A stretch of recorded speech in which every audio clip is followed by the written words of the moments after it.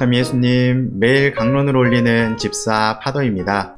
오늘은 2020년 8월 30일 연중 제22주일 강론입니다. 오늘 일독서는 예레미야서 20장 7절에서 9절의 말씀이 나오고 있습니다. 독서의 내용을 보고 있자면 마음이 참 아픕니다. 그 이유는 기원전 7세기에서 6세기에 이르러 활동했던 예레미야의 현실적인 어려움을 담고 있기 때문입니다. 오늘 독서의 앞부분의 내용을 살펴보면 예레미야 예언자가 성전에 가서 예언하는 모습을 보게 됩니다. 그런데 성전 담당자인 파스우르 사제가 그를 쫓아내고 매질까지 하고 기둥에 묶기까지 합니다. 다음날 풀어주는 파스후르에게 예레미야는 예언합니다. 당신은 파스후르가 아니라 마고르 미사빕이라 불릴 것이요. 그러나 이 말은 사람들에게 웃음거리만 될 뿐이었습니다. 파스후르에 대해서 잠시 설명드리고 넘어가겠습니다. 파스후르는 성전을 담당하는 사제로서 성전을 이용해서 장사를 하던 사람이었습니다.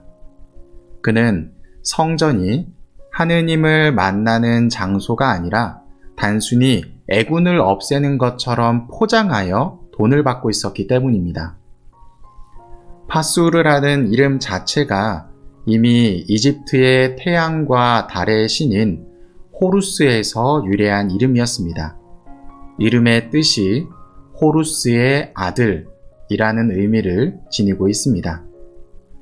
주님의 성전을 담당하는 사제가 이런 이름을 지니고 있다는 것은 그 당시 상황이 어떠했는지를 보여주는 반증입니다. 그리고 그의 이름이 마고르 미사빕이라는 사방에서 공포라는 의미로 바뀐다는 것을 볼 때 다가올 이스라엘의 미래를 보여주는 예표이기도 합니다. 즉 예레미야 예언자는 파스후르의 이름을 통해서 다가올 이스라엘의 미래를 예언한 꼴이 되는 것입니다. 예레미야는 혼란스러운 상황에서 하느님의 예언 활동을 이어갑니다. 그런데 애초에 하느님께서 예레미야를 부르실 때는 그가 하는 말에 힘을 실어주고 어려움을 마주하면 이끌어 주실 것처럼 이야기하셨지만 정작 예언 활동을 하면서 파스후르에게 모욕적인 처우를 당할 때 하느님은 도와주지 않으십니다. 그리고 이 모습 안에서 그는 적지 않게 실망하며 좌절합니다. 이보다 더 어렵고 치욕스러운 상황은 없을 텐데 이때 나를 도와주시고 파스후르를 벌하신다면 얼마나 좋을까? 왜 그러지 않으셨을까? 라는 의문이 그의 머릿속에 맴돌게 됩니다. 사람들에게 예언을 할 때면 자신이 치욕스러운 상황에 놓여 있을 때 활동하지 않은 하느님을 떠올릴 것이고 그것은 곧 그의 말에 힘이 없어진다는 것을 뜻할 텐데 어떻게 예언 활동을 쉽사리 할 수 있었겠습니까? 그래서 예언하는 것을 중단하고 말씀을 선포하지 않으려 합니다. 그러나 그럴수록 그에게는 견딜 수 없는 고통이 따라옵니다. 그것은 뼛속에 감추어진 주님의 말씀이 심장 속에서 불처럼 타오르며 말씀을 선포하도록 만들기 때문입니다. 뼛속은 골수를 의미합니다. 뼈 안에 있는 것으로 나의 내면 가장 깊숙한 곳에 자리 잡은 것을 의미합니다. 그래서 예레미야는 자신의 수치와 모욕을 뒤로한 채 하느님의 말씀을 전하기를 시작합니다. 이처럼 하느님의 말씀을 전하고 살아내는 것은 고통과 치욕이 동반될 수 있습니다. 오늘 복음은 마태오복음 16장 21절에서 27절의 말씀입니다. 예수님께서 자신의 순환과 부활을 처음으로 예고하시는 내용입니다. 따라서 이 말씀을 듣는 제자들은 당황스러웠을 것입니다. 지금까지 예수님께서 어떤 분이신지에 대해 짐작하고 알고 있었지만 그들의 생각과는 다른 양상을 보이시려 하기 때문입니다. 그래서 베드로는 반박합니다. 맙소사 주님. 그런 일은 주님께 결코 일어나지 않을 것입니다. 어쩌면 이 말씀 안에는 사랑하는 예수님께서 죽임을 당하는 것을 믿을 수 없다는 고백의 내용이 있을 수도 있고, 자신들이 예수님을 통해서 이루고자 했던 성취를 이룰 수 없게 되는 것에 대한 염려가 담겨 있을 수도 있습니다. 그리고 예수님의 구원 계획 안에서 이 죽음이 의미하는 것이 무슨 의미인지를 모르기 때문에 베드로가 그렇게 대답한 것일 수도 있습니다. 어찌됐든 예수님은 말씀하십니다.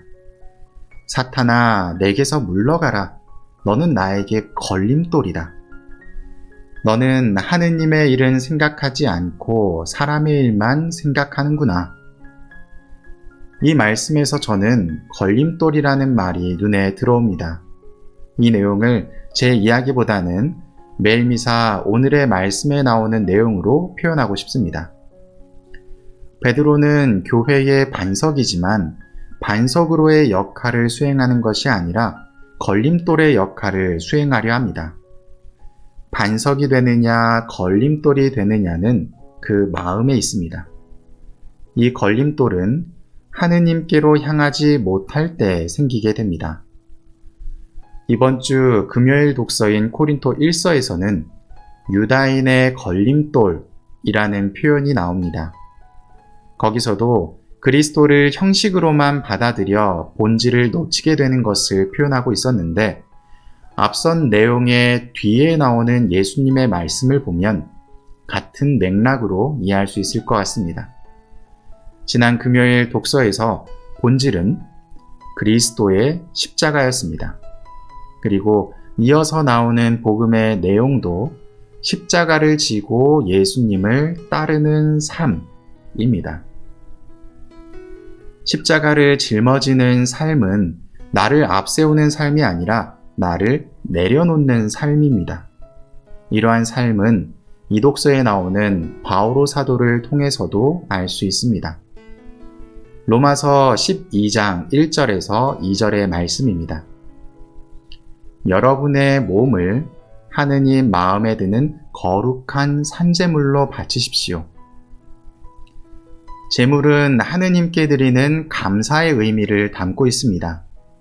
불완전한 여타의 다른 제물이 아니라 나를 바침을 통해 하느님께 내어 맡기고 투신하는 삶을 이야기하고 있습니다.